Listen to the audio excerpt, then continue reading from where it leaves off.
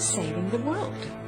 We were convinced that Hubbard was the returned savior, and that his techniques and his knowledge and his majesty would eventually bring all mankind to an enlightened state, and that was what we were doing. There were some things about him that I did feel were rather dangerous. I fell so much under his spell that I told my roommate, if ever I told you I was going to marry this man, she should tie me up and not allow me out of the house. I was overwhelmed. Here I am in the presence of the most important individual in the cosmos. I mean, you know, this isn't just like meeting a film star or something. I'm meeting God with plus signs.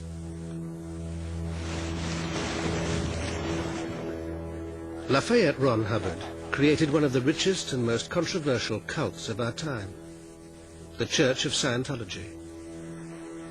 He spent much of his later life at sea, on the run from those who accused him of being a crook and a charlatan. But to the millions who at one time or another followed him, and to himself, he was the greatest guru who ever lived.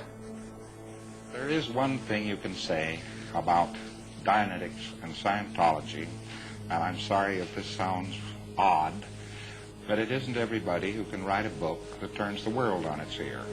But more remarkable still was the story of Ron Hubbard's life. The story of a science fiction fantasist turned self-proclaimed messiah.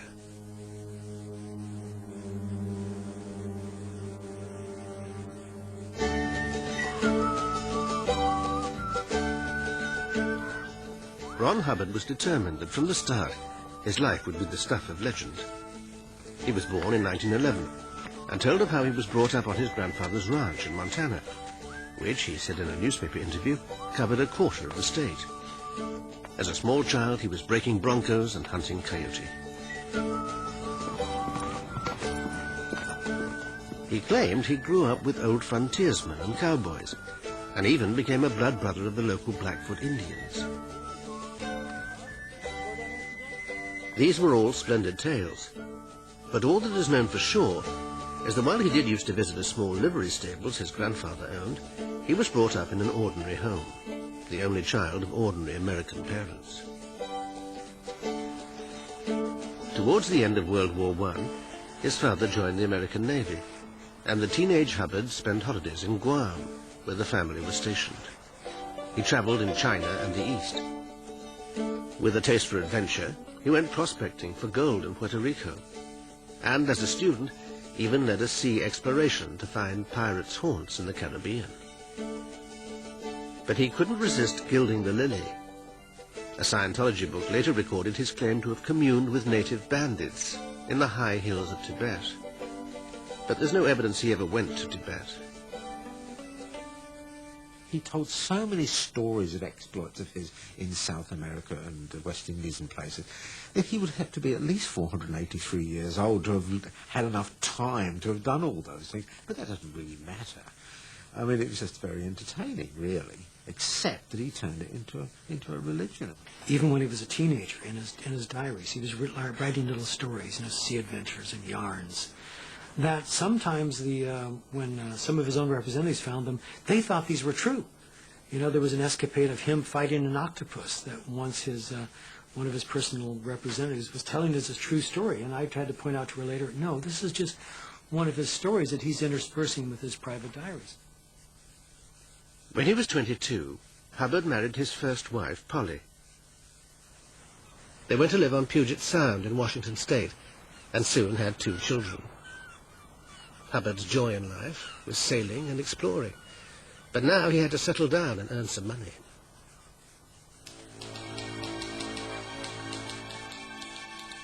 With such a prolific imagination, he became a writer, starting with adventures and fantasies for the penny dreadfuls. Then he turned to science fiction and became a bestseller. 2 books, Final Blackout and Fear, were considered sci-fi classics. But Hubbard's most amazing story was about himself. His literary agent was Forry Ackerman, himself a sci-fi fanatic. One night, Deep into the small hours, Hubbard told Ackerman of a bizarre event in a hospital theatre. It was an event that would shape his entire life.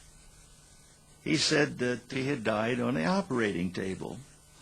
And he rose in spirit form, and he looked at the body that he had previously inhabited, and he shrugged the shoulders he didn't have anymore, and he thought, well, then where do we go from here? Off in the distance, he saw a great ornate gate. And it looked kind of interesting to him, so he wafted over to it, and the gate, as they do in supernatural films, just opened without any human assistance. He floated through, and on the other side he saw an intellectual smorgasbord of everything that had ever puzzled the mind of man. You know, how did it all begin? What is God's purpose? Where do we go from here? Are there past lives? Are there future lives? And like a sponge, he was just absorbing all of this esoteric information. And all of a sudden there was kind of a swishing in the air, and he heard a voice, no, not yet, he's not ready. And like a long umbilical cord, he felt himself being pulled back, and he lay down in his body, and he opened his eyes, and he said to the nurse, I was dead, wasn't I? Then he bounded off the operating table. I don't know how you die, and the next minute you're bounding off an operating table. He got 2 reams of paper and a gallon of scalding black coffee. And at the end of 2 days, he had a manuscript called Excalibur, or The Dark Sword. And he told me that whoever read it either went insane or committed suicide. And he said the last time he had shown it to a publisher in New York, he walked into the office to find out what the reaction was. Publisher called for the reader. The reader came with the manuscript, threw it on the table, and threw himself out of the skyscraper window. But was Hubbard's extraordinary story true? Excalibur became the stuff of mystery. Hubbard told friends it was too dangerous to publish. But 40 years later, a treasure trove from Hubbard's early journals and manuscripts, believed to have been long lost, was discovered by his staff. There were 2.5 versions of Excalibur. I read them, and I didn't go mad and didn't die. They also include the information within related writings that these came out of a nitrous oxide incident. Hubbard had a couple of teeth extracted, and it was while under the effect of nitrous oxide that he came up with Excalibur. Hubbard's death was in fact an hallucination under the effects of anesthetic. So what was the intellectual dish he'd fed on? It's not particularly revolutionary. The key to Excalibur was this great realization by Hubbard of survive as being the one command that all existence and all life and all people have. That became the basis for a lot of Dianetics and a lot of Scientology. This idea had a profound impact on Hubbard. In a letter to Polly, he wrote, "I have high hopes of smashing my name into history so violently that it will take a legendary form."